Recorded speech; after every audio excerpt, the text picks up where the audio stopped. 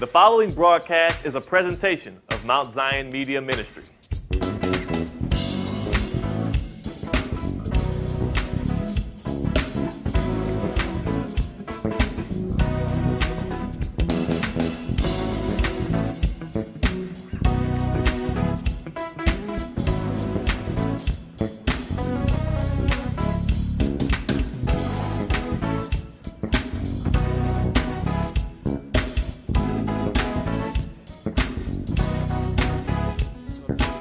This morning, there is a breakthrough in the house. There is a breakthrough in the house. Let me share with you a few definitions of the word breakthrough to give you a sense of what I'm trying to say in that subject. Breakthrough, a military movement or advance all the way through and beyond the enemy's frontline defense. And all of us in here who are believers, we are soldiers in the army of the Lord. And so we engage in military movements to advance even beyond the enemy's front line. Breakthrough, an act or instance of removing or surpassing an obstruction or restriction, the overcoming of a stalemate.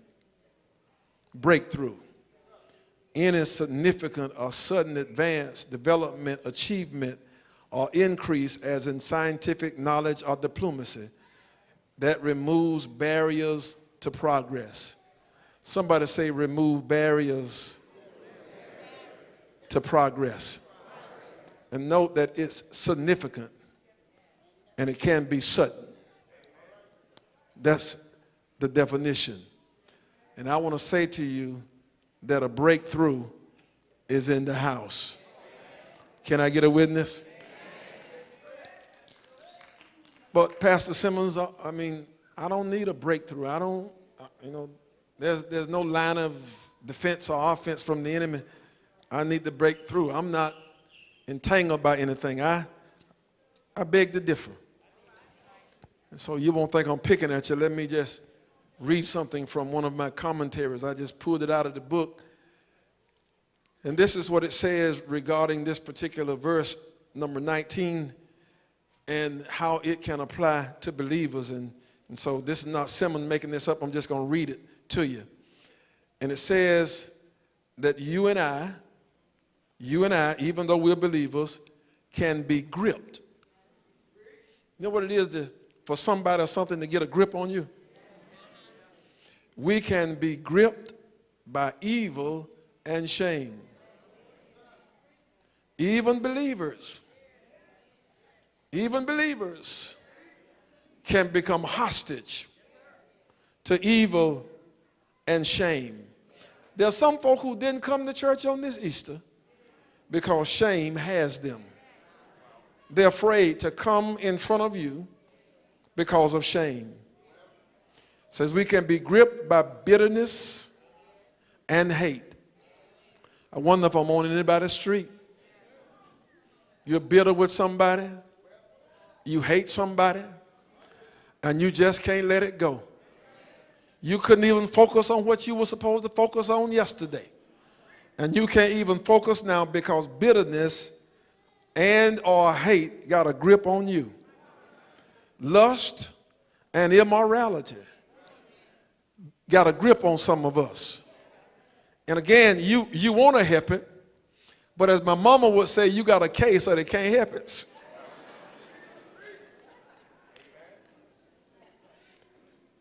And you don't like the fact that you're stuck on pornography,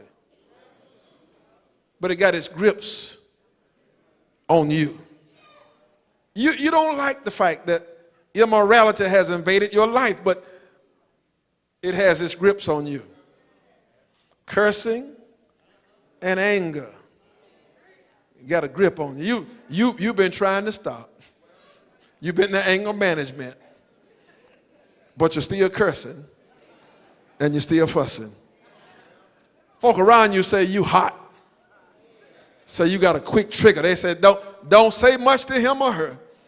because it doesn't take much for them to go off. Some of us are under the grip of robbery and assault. It's not just the robbery of some store or bank, but you've been robbed of something that you think you ought to have. Robbed of joy, robbed of peace, robbed of the opportunity to have the life that you think you ought to have. And so you got some issues around that. Murder and war, selfishness and greed. That selfishness and greed part, I think that got a lot of saints. That's all I'll say right there. Division and strife. There are people who say to me sometimes, Pastor Simmons, I just wish we could all get together and work together. And I say to them, that's not going to happen in your lifetime. And it's not going to happen in mine, because you and I don't have the capacity. Jesus didn't even have it to bring all people together and put them on the same page. The reason they killed him is because they couldn't agree about who he was. And if they couldn't agree about him, they won't agree about you, me, or any subject matter that we come up with. And let me move on. Gripped by disappointment and emptiness, boredom and purposelessness, and you can continue the list. Something that serves as a barrier, something that you feel like is pressing you down, you just can't get past, and until you get past it, you're not going to be able to be who you're supposed to be, do what you're supposed to do, have what you're supposed to have. And so if you can just imagine for a moment yourself in any of that, I got some good news for you, that you're in the right place, because there is a breakthrough in the house. How do you know, Pastor Simmons? Well, first I know because the Bible tells me so. And second, I know because I've discovered the breakthrough for myself in the house, and I've seen so many others find their breakthrough in the house. Here it is. Paul is praying, and there is a recording of his prayer. In verse 18, he says something that you and I need to get in order to get this breakthrough today. He says, as a part of his prayer, and he's prayed some other things in the previous verse, but he says, as a part of his prayer, I want the eyes of your understanding to be enlightened. Here is what he's trying to say. There are some things that are available to you. There are some things that's right before your eyes, but you can't see it.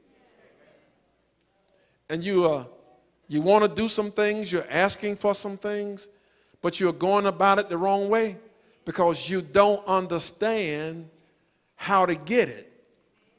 You don't even understand who you are or what you have. And so he prays first for their eyes to be open. And my prayer this morning is that our eyes will be open, that they will be enlightened. It's as if he's saying you're in a dark room and you can't see. So he's praying that God will shine light so you can see what's right in front of you. And what I'm going to show you in a minute, you got everything you need already for your breakthrough, but you just don't know it. Or you know it, but you don't know how to operate in it.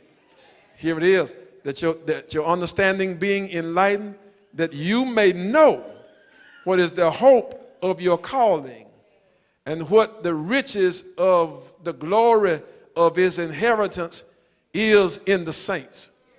What did I just say? He said, I want your eyes to be open so that you will understand that when you were called, you were given a hope. And that hope rests in Jesus Christ. And not only were you given a hope, but you have an inheritance. That means that you were in the will.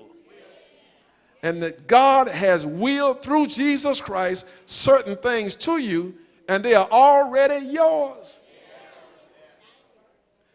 And many of us operate like this. The will has already been probated, and your stuff is already yours. But because, one, you didn't know you were in the will, you hadn't gone up to get your stuff. Or two, you may know you're in the will, but you don't know what you got in the will. And so I come by today to say the will has been probated and your breakthrough is right in the will. And all you got to do is have the eyes to see and you can have it. Where is it, Pastor? I'm so glad you asked. But let's rewind because I know you know today is Resurrection Sunday and you're saying, well, why isn't Pastor talking about resurrection? I am, but not just to tell the resurrection story. But I want to show you what you have as a result of the resurrection now that our eyes are open. You got to understand that Jesus came to earth for a purpose. And the purpose that he came for was not his own, but God. So God had a purpose and a plan for him to come to redeem all of mankind. And that's all of mankind. But ever since the idea that God would bring salvation to the people, that idea has been opposed. And from Jesus' conception and birth and the beginning of his life and ministry, every step of the way, there was opposition. And I'm not talking about mild opposition. I'm talking about cruel. So cruel that in his infancy, Herod, who wanted him dead, was so cruel that he couldn't identify baby Jesus specifically, so he ordered that all boy babies be killed under the age of 2 because he knew that Jesus was somewhere 2 or younger. So he said every Jewish baby boy kill him in order to kill Jesus. And throughout his ministry, there was either an effort to kill what he was doing or to kill him. But can I tell you some good news? When you've been called according to God's purpose and God's plan, people can't kill what you are doing, and they can't kill you until you have accomplished what God set out for you to accomplish. He didn't create you to worry, but he created you to worship. And so throughout his ministry, they did everything. Herod tried to kill him. The religious leaders tried to discredit him. They talked about him like a dog. When you read scripture, you talked about, they lied on him. They said everything they could say, but it didn't stop him. But ultimately, they decided that since their words couldn't destroy him, they would kill him. And the killing of Jesus was very intentional because it wasn't enough to kill him, but they wanted to kill all of his influence, which would then take care of the purpose and plan of God. And so when they got him in the garden, they could have just killed him on the spot. But no, it had to be public. And so publicly at the trial, there are false accusations. Publicly in front of others, including some of his followers and some who were not, they slapped him in his face.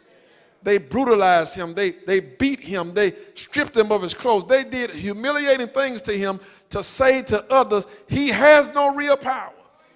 If he was really who he say he would, he could defend himself or at least get some help from somewhere.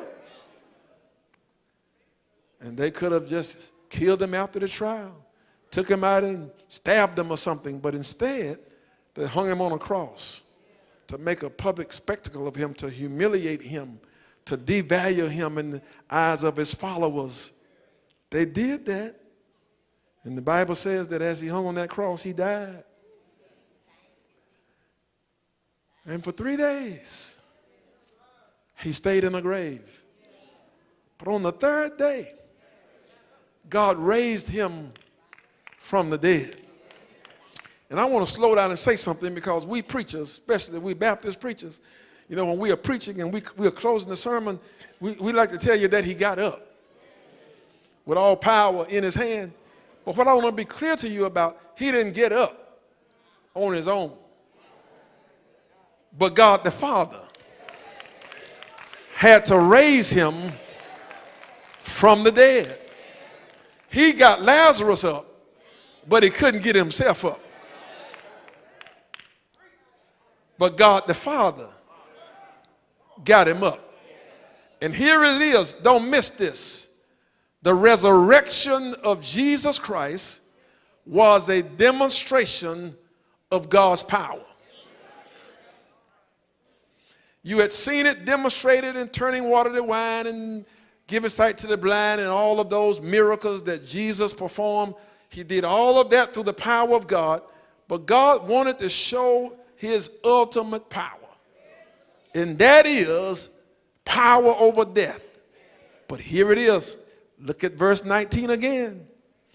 I want your eyes open from verse 18 so that you'll understand what your inheritance is, and here's part of it.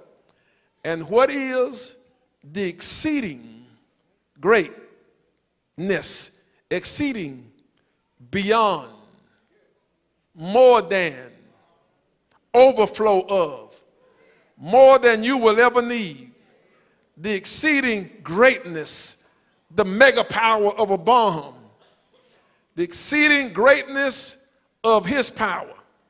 Where was his power demonstrated? This exceeding greatness of his power. It was demonstrated when he got Jesus up. But listen at this. Guess where that power is being used now? There it is. The greatness of his power to usward who believe, according to the working of his mighty power. This is the translation. The power that God raised Jesus from the dead with has been extended, transferred, given to me and you. The resurrection of Christ means that believers now have the same power, working in them and for them. But let me pause right here before I tell you about the working of it. When it says believers, it's talking about people who are in Christ. And so the subject, there's a breakthrough in the house. Jesus Christ is the head of the church. And so we say that those who believe in him, who are saved, they belong to the body of Christ, and thus we are a part of the church. Now that's scripture. And what we say sometimes is that this building, this house, is the church. And when we come here, we're in the church. We're in the house. But what I want to say to you, that while we are here in this building, we are the church inside of this building. But the church is connected to Jesus Christ. And metaphorically, wherever we are, if we are a believer, we are in the house of God. When I was growing up, I had a real daddy. Daddy would say stuff like, as long as you're in my house, you won't do such and such. Now, I ain't crazy. You know, I'm almost, but not quite. And I knew what daddy meant. So I didn't play the fool. I didn't refrain from certain behavior while I was physically on the roof of the house. But I understood that he meant wherever I was, that there was certain behavior that he wouldn't tolerate it. So whether I did it in the streets or did it in his house, there were consequences to pay.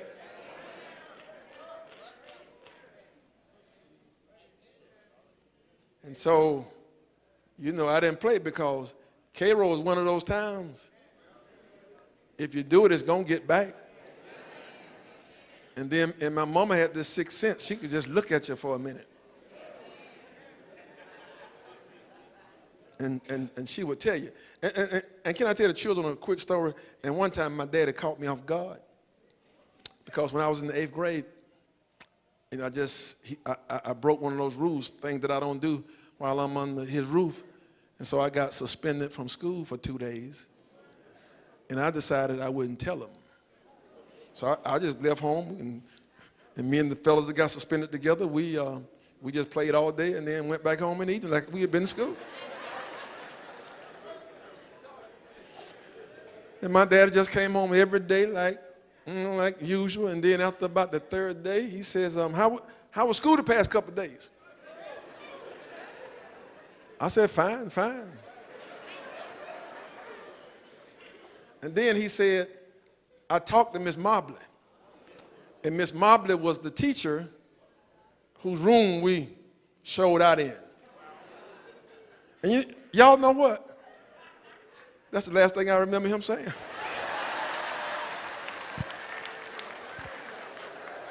I don't know what.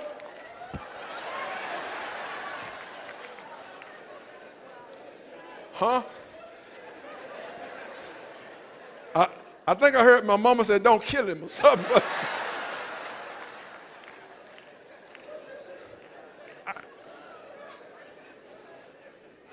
And I was in the 8th grade, and this was before calling DFAC, so it wasn't no belt. It was a right hook. Whoo!